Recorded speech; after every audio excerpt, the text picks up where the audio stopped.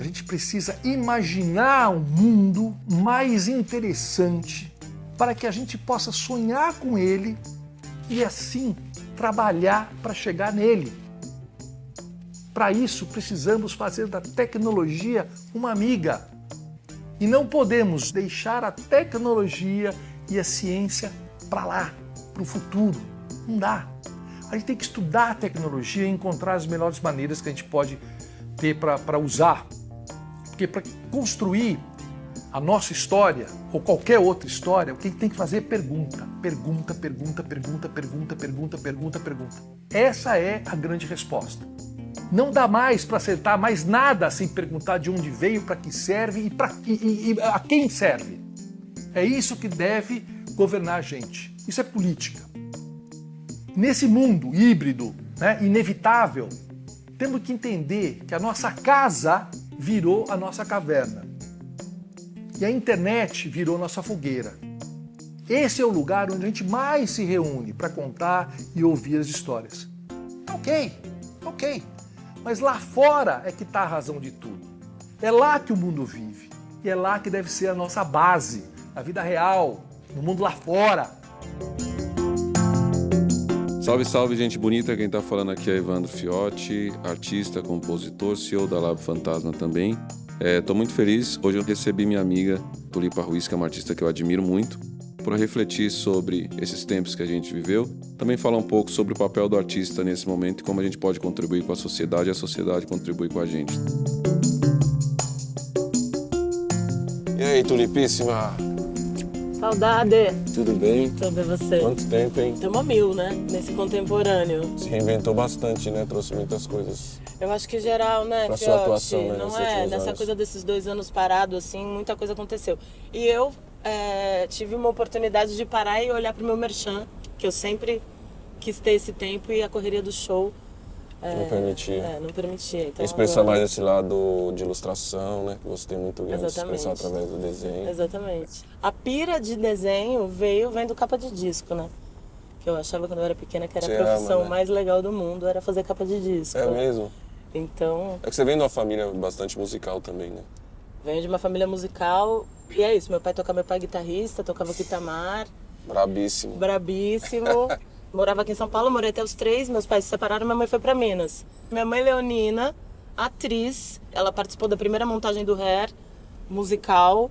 E eu achava que Tigresa, o Caetano tinha feito pra ela, porque fala que ela me conta que era atriz e trabalhou no Hair. Eu sei, gente, Tigresa só pode ser Leonina, ela é atriz e trabalhou no Hair. Então quando eu era pequena eu achava que minha mãe tinha sido amante do Caetano.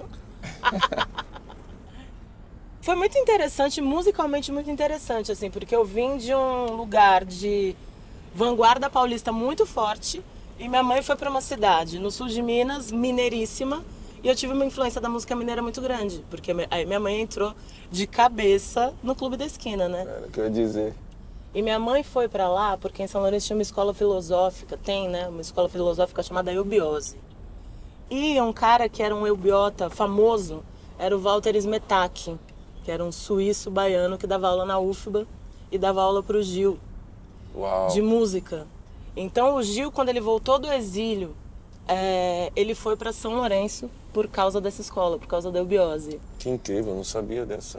Pois é, mas é só quem é de Essa São parte Lourenço da que sabe biografia. dessa informação. É uma informação muito Caramba, específica. estamos compartilhando aqui uma informação importantíssima da biografia da música popular brasileira. Depois que o Gil foi para São Lourenço, ele inaugurou ali um portal para os alternativos irem para lá. Então minha mãe foi nessas.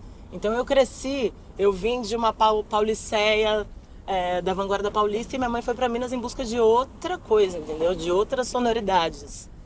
Você, como ofício, você mergulhou no negócio da música antes de começar a colocar na roda valendo teu trabalho autoral, né? Mas foi o contrário também, porque antes de eu ser empresário, eu já era artista.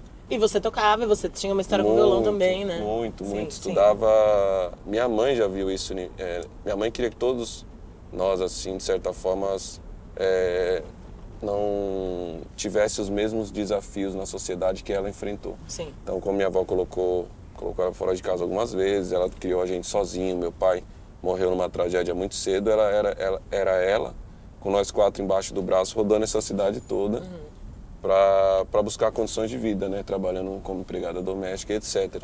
E ela sempre falava uma frase, isso para todos, assim, embora a educação tenha sido diferente entre nós também, por conta do período e da própria evolução dela, Sim. uma frase ela sempre falava, vocês vão se formar, porque vocês não vão passar o que eu estou passando.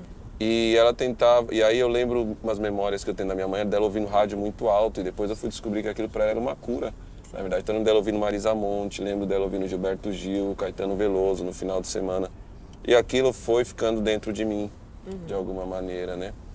Eu sou muito tímido até hoje ainda. E aí eu comecei a sofrer uma série de discriminações assim, e ficava mal no ambiente escolar, ficava mal.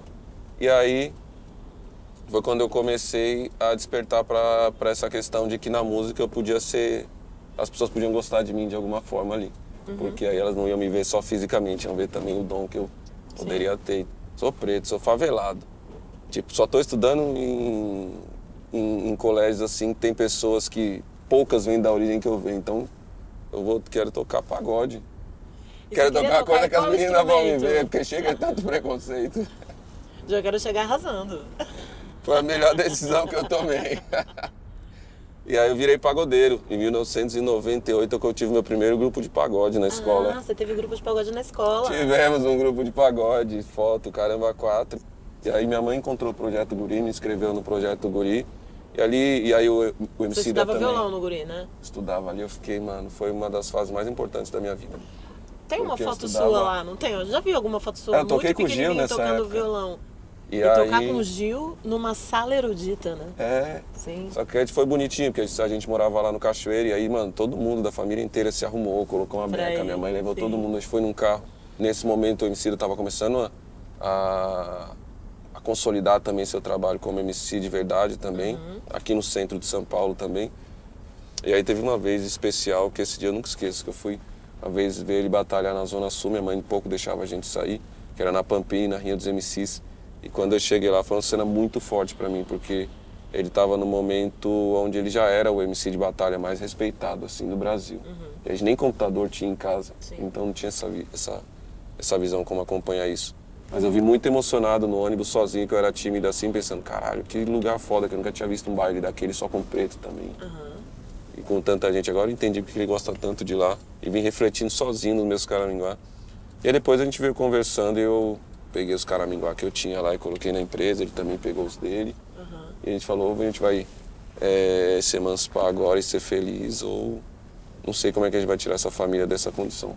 Eu lembro que a primeira vez que eu vi o Leandro foi no Sesc Pompeia. Vendendo Eu nunca CDzinho, tinha, não foi? eu nunca tinha visto Emicida. E aí era um show dele, era uma participação. Ele chegou, mandou uma letra que eu fiquei chocada com ele, assim. Eu tinha meio acabado de chegar em São Paulo. Foi com a Mari Aidar? Foi com a Mari. Eu lembro. Foi um show com a Mari. E aí ele terminou de cantar e ele falou assim: tô vendendo aqui minha mixtape 3 reais, quem quiser é só comprar comigo agora. Ele desceu, ele pulou do palco pra galera e já foi vendendo, entendeu? Tinha que pagar as contas. Não, olha, eu falei, cara, que cara foda demais. E é isso, eu Sim. acho que isso desbundou a A gente galera. se dividia nessa época, assim, pra ir nos eventos. E aí depois disso ele veio me encontrar nas baladas aqui. Aham. Que a gente já tava vendendo CD na rua. Tinha essa estratégia, assim, de... E vocês vendiam pra caramba, né? Pô, tinha que vender 1.000 por semana. 1.000 por semana? Ele só esqueceu que era a gente que fazia, né? Aham, 1.000 na unha, né? Tinha que ser 1.000 só que na na unha. primeira sexta-feira, amiga, vendeu 3.000. Uau. Na primeira sexta-feira. E aí como é que a gente vai sair pra vender mais 1.000? Quem faz? Aí entrou a família inteira ajudando a fazer. Já teve claro, que ensinar claro. a família. Porque... Total. Foi isso, assim, eu tive que parar de tocar naquele momento para poder me dedicar a isso, mas a música nunca me abandonou também do ofício artístico mesmo. E 2016, 2015 sofri um acidente de carro, isso veio muito forte para mim. Essa questão da finitude da vida de uma forma que nunca tinha vindo. Sim. Eu só chorava depois desse acidente de carro. E nossa querida amiga Heloísa, né, me deu uma frase que ficou na minha cabeça, martirizando. Ela me deu um esculacho e ela falou, se você tivesse morrido hoje, você teria feito tudo o que você queria ter feito na vida?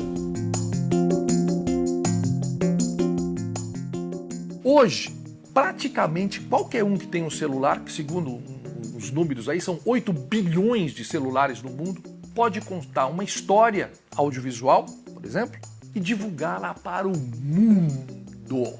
Para o mundo. Bom, está feito o grande sonho da democratização dos meios de produção e da possibilidade de se poder ver e ouvir a periferia do mundo. O sonho de se poder dar poder de fala para quem era um mero consumidor. Que delícia esse sonho, antes dele se realizar, pensar nisso. Falei, pô, todo mundo vai poder falar, agora nós vamos ouvir a todos. Isso será um grande mundo democrático, com todos contando a sua história. E acabou virando esse pesadelo que tem aí. Outro dia parou o WhatsApp e o Facebook e tudo mais, e agora, meu Deus do céu, o que eu vou fazer? Foi um caos no mundo. Já aconteceram algumas vezes isso. Talvez tenha uma hora que aconteça para sempre isso. O ego, né, e a urgência ansiosa movem as histórias das redes sociais. Evidentemente que não é só isso, certo? Mas é muito disso. Aí a gente estava falando desse processo de ter se tornado empresário, né? Depois, Sim. né?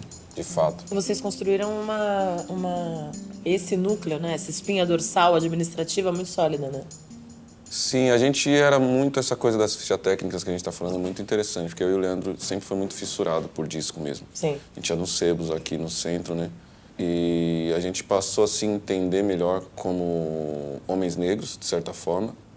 E isso ajudou a gente a compreender as violências que os artistas que a gente amava e admirava, como Billie Holiday, Ella Fitzgerald, Louis Armstrong, Ray Charles, né? Passavam e entender isso dentro da indústria fonográfica. Sim, e como a gente estava nesse sentido, nesse mesmo lugar agora. E como era, só que ao mesmo tempo de um lugar de uma evolução muito grande, no sentido de tem todas essas questões que a gente vai discutir aqui em relação à questão dos algoritmos, das plataformas digitais e tudo mais, mas a gente não pode negar também que o tempo que a gente viveu trouxe uma evolução dos modelos anteriores para esse, que deu uma autonomia que antes não era possível. Uma democratização, exatamente. Uma democratização. Né? É um acesso não só aos meios de produção, mas também ao networking e acessar a sua própria base de fãs. Sem dúvida. Que era algo que antes você precisava da mídia hegemônica estruturada, né? Sim. Rádio, TV, gravadora. Isso gerava uma série de opressões a depender da onde você vinha, de quem você é, do que é seu corpo. Opressões e absoluto não acesso, né? Não acesso. Não acesso. Aqui você não entra e não passa. Exatamente, tanto que eram poucos artistas vendendo milhões de discos. Sim. E a maioria dos artistas à margem, sem condição nenhuma de sobrevivência, né? E a nossa presença nesse cyberespaço também, né? O tanto de concessão que a gente faz, os lugares que a gente ocupa, aonde a nossa música tá, né? Porque o negócio da música, antigamente, a galera que tinha o negócio da música, que era detentora realmente do negócio, da coisa do business, era uma galera que entendia mais de música, eram profissionais da música, galera que entendia de orquestração e tudo mais. Agora o negócio da música, ele foi para um lugar, para uma plataforma de rede social que não é exatamente de música. Sim. O negócio da música, ele tá acontecendo em lugares que não são exatamente de música. E isso confunde a gente demais também, né? E que a gente tinha, né, várias questões em relação à estrutura como as gravadoras estavam estruturadas, mas de certa forma tinham, guardadas as devidas proporções, uma estrutura de bons AIRs, alguns... Era o Midani, só sobre por música, exemplo, né? O Midani, por exemplo, foi um nome muito relevante para a indústria. Eu elaboro tudo isso a partir do Midani, que era um profundo conhecedor. Qual que você acha que foi a grande diferença agora, desde que você lançou o Efêmera, para esse lançamento que você vai fazer agora, do ponto de vista de distribuição? Eu sou sempre meu projeto piloto, assim. E desde o Efêmera até agora, quanta coisa aconteceu, né? Comecei fazendo o Efêmera, que tem esse nome, tirando justamente essa onda das coisas que são tão passageiras, num contemporâneo tão disperso. como pensar numa durabilidade poética. No Tudo Tanto, para mim, logo que o disco, que o CD chegou na Livraria Cultura, 15 minutos depois ele já estava para baixar na internet. E eu lembro que eu fiquei desesperada com esses links, porque a galera começou a me baixar em baixa resolução. Eu que tinha tido tanto apuro para escolher microfone pela primeira vez, caramba, gravei o disco, sabe? Um disco com perdendo a tanta qualidade do áudio. dignidade. Aí eu fiz uma campanha no Tudo Tanto que era: quer me baixar? Me baixa em alta. E aí eu botei o meu disco para download no site, porque eu entendi qualidade. que o que eu queria era ser ouvida numa resolução digna. A gente que tem apuro para gravar, a gente que gosta de disco, a gente que gosta de Wilson das Neves, entendeu? Que gosta de gravação de vinil, a gente tem que ouvir a nossa música num playerzinho de celular. Então, quando a gente faz o disco, a gente escuta nas super caixas, mas a referência tem que ser o aparelho de celular. Onde as pessoas vão ouvir. Onde as pessoas no vão dia a dia. ouvir. Então, super, o jeito que as pessoas escutam música hoje em dia pauta a nossa produção absolutamente, assim. A gente agora tem esse barato de escutar em Atmos, né? Que é uma outra, um novo protocolo de música que você pode escutar em 5.1, ele se adapta a vários tipos de players, né, de escuta. Agora, nesse processo desse disco novo, a gente fica pirando no Atmos, porque eu posso fazer um instrumento vindo daqui, indo pra lá, depois ele vai pra... E as pessoas ouvirem muito se reverberar espacial, como e as estivesse dentro da pessoas... sua cabeça. Exatamente, Assim. exatamente. Sim. Eu lembro que me perguntaram, durante o Efêmera, você prefere escutar a bateria como se você estivesse na bateria ou olhando pra bateria? Como é que você quer que a mix soe na sua cabeça? Eu fiquei dias para conseguir responder essa pergunta. Eu não fazia a menor ideia, que pergunta profunda, né? Muito. Ainda mais pra quem tá fazendo o primeiro disco. Caramba, sim, exatamente. E é complicado parar, né? Exatamente. Tem uma grande questão agora que a gente vem vivendo já, que não é só na indústria da música, não. O celular e a tecnologia, de certa forma, modificou e está modificando a nossa forma de comportamento de uma maneira geral. Sim. A gente faz muita pesquisa e análise de dados interno dentro da empresa, assim. E é muito louco. Por exemplo, no YouTube, a maioria das pessoas não passam de 30 segundos, 1 minuto de ouvir uma música. E de repente você tem uma introdução longa, a pessoa não te dá chance nem para essa introdução longa, né? Como você, porque hoje você tem que fazer uma série de conteúdos para fazer com que o seu disco chegue nas pessoas de verdade. Teve um momento que eu ia nas feiras de música e, como empresário, eu sempre ficava refletindo, porque eu via muitas pessoas falando para os artistas assim: não, você tem mesmo que virar produtor de conteúdo, tem que postar conteúdo para todas as redes sociais, não sei o que lá. E do outro lado, trabalhando com os artistas, sendo artistas também, eu via a angústia que isso causava e que ainda causa ainda. Sim. E eu queria muito entender como você, com os lançamentos dos seus projetos, tem pensado isso, porque também imagino que existe uma questão de eu quero que a minha música chegue nas pessoas. Eu lembro quando você fazia uma coisa, um disco, e você era capa do Caderno de Cultura e isso lotava seu show. Agora, você ser capa do Caderno de Cultura não quer dizer nada se você não replicar no teu perfil do Instagram. Ou seja, a mídia é você, não é mais o Caderno de Cultura do jornal. Tem a ver com a coisa do Caetano. Eu já estou entrando numa bichogrilagem aí, porque tem uma música do Caetano que é o Beijo na Boca, que fala que o Time Magazine fala que os Rolling Stones não cabem no mundo do Time Magazine, mas na real incrível essa rima. A Time Magazine que não cabe no Rolling Stones, entendeu? Então assim, eu fico pensando toda E é hora, isso. isso é mantra pra mim. Não sou eu que não caibo no mundo do Instagram, é o Instagram que não cabe eu, entendeu? No meu mundo. O que eu estou construindo artisticamente é mais relevante. Eu tenho que ficar pensando Atemporal do que nessas isso. coisas, porque assim, se a gente for pensar no mercado da música, no que está rolando, no algoritmo e tudo mais, o algoritmo ele é um novo jabá. Entendeu? O algoritmo, para você super acontecer, para o algoritmo te entregar, você tem que pagar. A gente não fala sobre isso. Tem que pagar ou pagar com a alma também, né? Ou pagar com a alma ou pagar com pagar, entendeu? As pessoas pagam. É um lugar que investimento em você, mídia dentro mesmo. do negócio da música, você que está começando uma música agora, você pode pagar para a tua música rodar mais. Então, assim, muita coisa que a gente acha que é orgânica é super paga. Então, é isso. A gente está voltando para uma história do jabá, que a gente já luta contra isso há muito tempo. Então, a gente tem que conversar mais sobre o negócio da música para o mercado também se pautar a partir das nossas experiências, sabe? Que é o que acontece pouco. A gente dialoga pouco dentro da música. A gente tem que falar sobre o negócio da música, mas ao mesmo tempo que a gente tem que falar sobre a reforma agrária do cyberespaço. Tá errado. Sem entendeu? dúvida. Não é? Esses lugares que a gente tem colocado os nossos trabalhos, eles são lugares muito cruéis. Muito tóxicos e muito tóxicos prejudiciais. E muito prejudiciais, E exatamente. que estão contribuindo para prejudicar o tecido social, né? A gente viu Sim. isso nos últimos 20 anos de maneira massiva, mas em especial nos últimos 10. Se a gente entrar nos últimos 10 anos, a forma como isso foi usado como objeto político, de certa Sem dúvida, forma, sim. para deturpar a nossa capacidade de diálogo como seres humanos, de encontrar um eixo e um equilíbrio através de produção de fake news, através de ataques planejados, né, como a gente viveu muito no Brasil, e a gente, como artista, né, que vê a arte como uma manifestação da nossa própria expressão de verdade, de sobrevivência, como uma manifestação do tempo. Já recebia naquela época uma enxurrada de fake news sobre o nosso trabalho e também uma perseguição sobre tudo que a gente fazia. Sim.